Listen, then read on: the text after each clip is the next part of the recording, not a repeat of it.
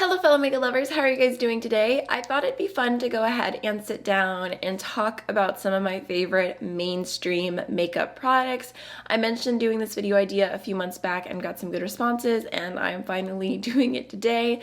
I feel like I try so much indie makeup and I have slowly gone through my collection, and things that I've loved for years I have replaced one by one with Holygrail products from independently owned brands. I did a video maybe like 6 months back on that topic, which I'll leave in the cards here in case you're curious to see, but today I wanted to just really focus on the mainstream products that have not been replaced. We've got some drugstore favorites, some things from Sephora, Ulta, and I'm just going to be telling you why they still continue to be a favorite for me, why they haven't been replaced, what I love about them, all that kind of good stuff. So let's go ahead and jump right on in. Let's go ahead and start off with a foundation that I love so much, and I wish I didn't love it as much as I love it. This is the IT Cosmetics Your Skin But Better CC Plus Color Correcting Full Coverage Cream plus Anti-Aging Hydrating Serum plus SPF 50 Broad Spectrum Physical Sunscreen. So that's the full name, and I have the shade Fair. As you can see, I am almost done with this. I think I might have like just a few uses left, and the reason why I love this is because the formula, the finish of this foundation is my absolute favorite. It is just so beautiful, so glowy on the skin. As someone with really dry skin, I think that this is just the perfect formula. It looks super dewy. It stays dewy throughout the day. It doesn't end up looking dry. It's just stunning on the skin, which is why I continue to go back to it again and again. And I actually did repurchase this. The shade range kind of sucks. For me personally, this shade is a little bit too dark, a little bit too yellow, and I really like mixing it in with other foundations so that it's a better shade for me. I've also heard that a lot of the deeper shades have like a really gray, odd undertone, so I wish that they would fix their shade range because the formula is just so good. So I do have a backup of this ready to go, and it's definitely a foundation that I would like to find a dupe for, but I have yet to. I bought the e.l.f. one, their Camo CC cream, and people were calling these dupes. I don't feel like they are. The e.l.f. one is way less dewy. It has a little bit more coverage. It doesn't look as beautiful throughout the day. So what I'm really hoping e.l.f. does is they come out with this, the Camo CC cream dewy version or glowy version like they did with the concealer. That's my hope, fingers crossed. But as of right now, I wouldn't say these are dupes personally. I feel like I need to throw this in really quickly, even though this is about to not be available anymore because Becca is shutting down. But the one truly great product that I've always loved from Becca is their under eye brightening corrector. I just have a mini, which is more than enough because you only need a little bit. You can see I've hit pan on the bottom of it, and it's just so good for dark circles underneath your eyes. Just adding a little bit, it doesn't make your concealer look cakey, it doesn't like break up. It's just a really good formula. So I was gonna mention that, but I really need to find a dupe for it now. Next, this is not going to be a surprise to anyone who regularly watches my videos. I have to go ahead and mention the NYX glitter primer. This is just so good. I stand by this product 100%. I recommend it all the time. It's just such a small, tiny step in your makeup process that makes such a big difference. If you like really shimmery metallic shadows, I highly recommend this. I just feel like it makes them look that much better. It helps there be less fallout. Sometimes you can do like a faux cut crease with it, which is super easy to achieve rather than trying to do it with concealer. It also a lot of times helps with the lasting power of eyeshadows. I really recommend this. I know that there are other alternatives out there, but I just go to this again and again, and it is super affordable. I believe that it is $6 if I remember correctly, and if you're on Ulta, you could probably find a coupon code. So yes, always a favorite. Okay, so the next product I pulled out that I really wanted to mention is the Charlotte Tilbury Airbrush Matte Bronzer, specifically the shade number 1 Fair Pale. If you are fair, I just really recommend this bronzer. I would say probably if you have more like neutral to warm undertones, if you have super cool tone undertones, you might not like the way that this pulls on the skin, but here's what it looks like. I've mentioned this many times, and I have a full review where I swatched this out compared to a bunch of other bronzers that I own. But the reason why I love this, the reason why it's such a favorite to me, and why I think that it's worth the price for me personally, is because It is the lightest bronzer that I own. It just is super, super easy to use.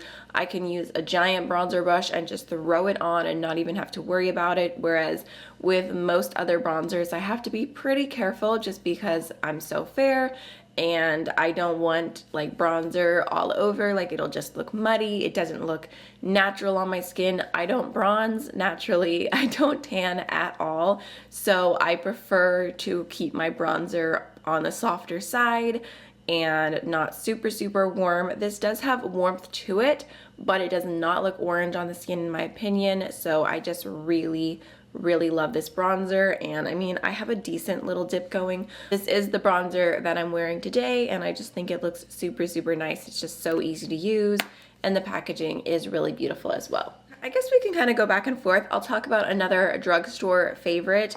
I just absolutely love these blushes. I've loved them for a really long time. I feel like people on YouTube used to rave about these and they don't talk about them as much anymore, but I still continue to use them all the time. And I think that they're just a great blush formula. So that is going to be the Milani Baked Blushes. I just love these. I have here the shade Rosa Romantica, which is the one that I'm wearing as my blush today.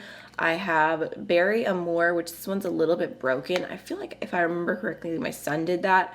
And then I also have Luminoso. Unfortunately, this is not the original Luminoso because they did change the color at some point, but I still like it. It's still a really beautiful peachy, orangey, glowy shade. So the reason why I love these is because I feel like they're right in the middle. They're the perfect pigmentation for a blush in my opinion. They also have just such a beautiful glowy finish. They're so good. I just feel like I rarely hear people talk about them anymore, but I love them. I feel like I have one more shade. I have like a more pink one. It might be like Bella Bellissima or something like that, but I don't know where it is right now.